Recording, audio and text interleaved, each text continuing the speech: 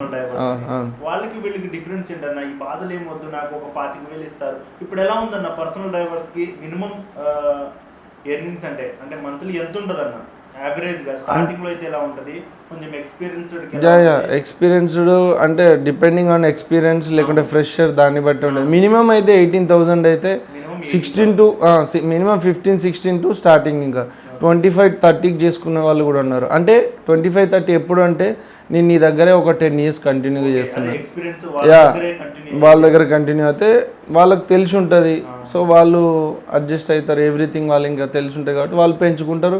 వాళ్ళ ఇంట్లో మనిషిలాగా అడ్జస్ట్ అవుతారు. అదే ఆ టైమింగ్ కూడా ఎప్పుడు వస్తుంది అని అంటే ఆ ఓనర్కి ఆ డ్రైవర్కి ఉన్న మ్యూచువల్ అండర్స్టాండింగ్ వల్ల అయితేనే అంత ఆ జర్నీ వస్తుంది. ఎస్, కొందరు ఎట్లుంటారంటే డ్రైవర్ని డ్రైవర్ లాగానే చూడాలి, అట్లుంటే మాత్రం రాలేదు. ఈ డ్రైవర్కి కూడా ఆ ఫీలింగ్ ఉండదు, అరే నన్ను ఇట్లా చూస్తున్నాడా, ఇన్నేళ్ళు చేస్తున్నా. సో అట్లాంటి ఫీలింగ్స్ ఉంటాయి.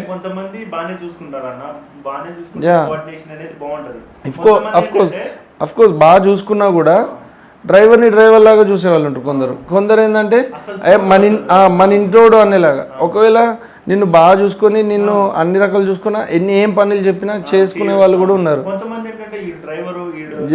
నువ్వు ఇక్కడనే స్టాప్ లైన్స్ అనేటి ఉండలేరు. ఎస్, అవును.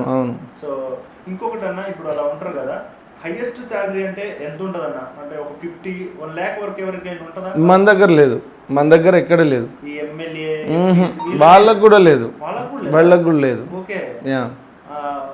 ఎమ్మెల్యేస్ ఎంపీస్కి ఉన్నారంటే అది వాళ్ళు గవర్నమెంట్ డ్రైవర్సే ఉంటారు. వాళ్ళు గవర్నమెంట్ సింక్ చేసుకుంటారు. వాళ్ళకి అంటే వాళ్ళు పర్సనల్గా పెట్టుకుంటే చెప్పలేం. ఇప్పుడు ఇంకా అది నాకు తెలిసి ఉంటుంది 25-30-35. నాకు తెలిసి అంతే. నాకు తెలిసిన వాళ్ళు కూడా ఉన్నారు. ఉండొచ్చు, మేబీ చెప్పలేం. కానీ కన్ఫర్మ్గా అయితే 25 అబోవ్ అయితే ఉంటుంది. 35-25 అట్లా ఉండొచ్చు.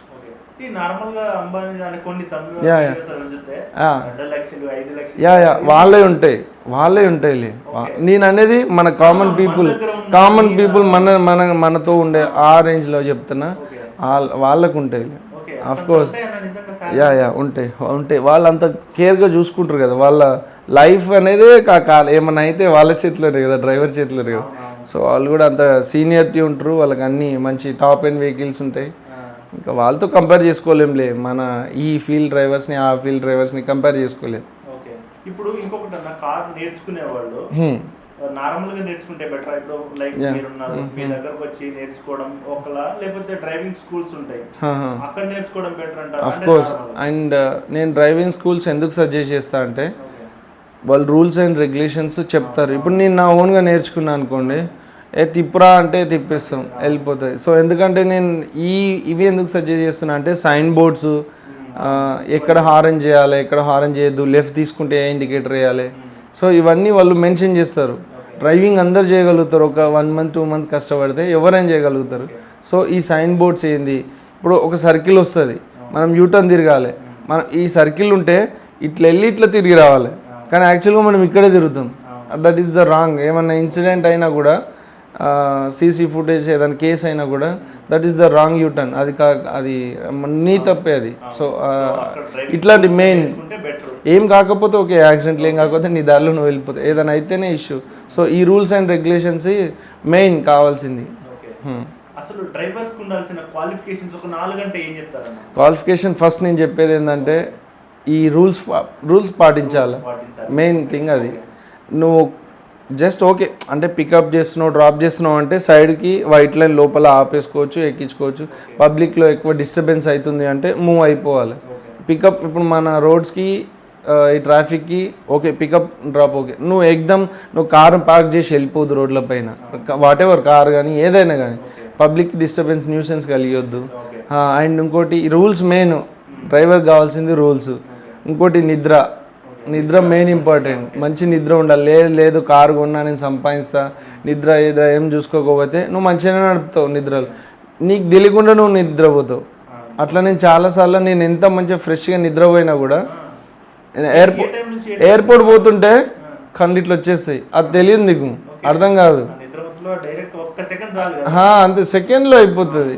నా కళ్ళ ముందే నా ఛానల్లో ఉన్నాయి వీడియోస్, యాక్సిడెంట్ అయినాయి. ఓకే. సో అట్లా డైలీ నేను ఈ 1 వీక్ 10 డేస్ నుంచి నైట్లో తీస్తున్న బండి, చాలా యాక్సిడెంట్లు అవుతున్నాయి. కానీ చూసినప్పుడు మీకు భయం అనిపిస్తుంది. ఆ ట్రిప్ అయిపోయేసరికి మైండ్ అంతా అదే ఉంటుంది, అరే యాక్సిడెంట్ అయింది, ఎట్లా కొంచెం మెల్ల పోవాలి, ఆ ఫీలింగ్ వస్తుంది. సో మెయిన్ నిద్ర అండ్ రూల్స్ అండ్ రెగ్యులేషన్స్ పాటించుకోవాలి. మెయిన్ ట్యాక్సీ డ్రైవర్స్కి చెప్పింది నేను, ఇవి మెయిన్ ఉంటే చాలు, ఇవి 2 మెయిన్. ఇంకొకటి అన్న, ఇప్పుడు నార్మల్ గా హిట్ అండ్ రన్ మీకు అవును. కొంతమంది ఏంటంటే drivers okay, but own cars వాళ్ళు డ్రైవర్స్ ఉన్నా సరే వాళ్ళు ఓన్ గా తీసుకెళ్లి ఎవరినో ఒకరిని గుద్దేసి, ఇవన్నీ క్యాబ్ డ్రైవర్స్ కూడా కొంతమందికి నెగిటివ్ ఇంపాక్టే కదా. ఆఫ్ కోర్స్ అంటే యాక్చువల్గా హిట్ అండ్ రన్ అనేది ఇప్పుడు నువ్వు గుద్దేసినావు, చిన్న డ్యామేజ్ అంటే ఓకే, మాట్లాడుకుంటాం, డిస్కస్ చేసుకుంటాం, అయిపోతుంది. అదే మేజర్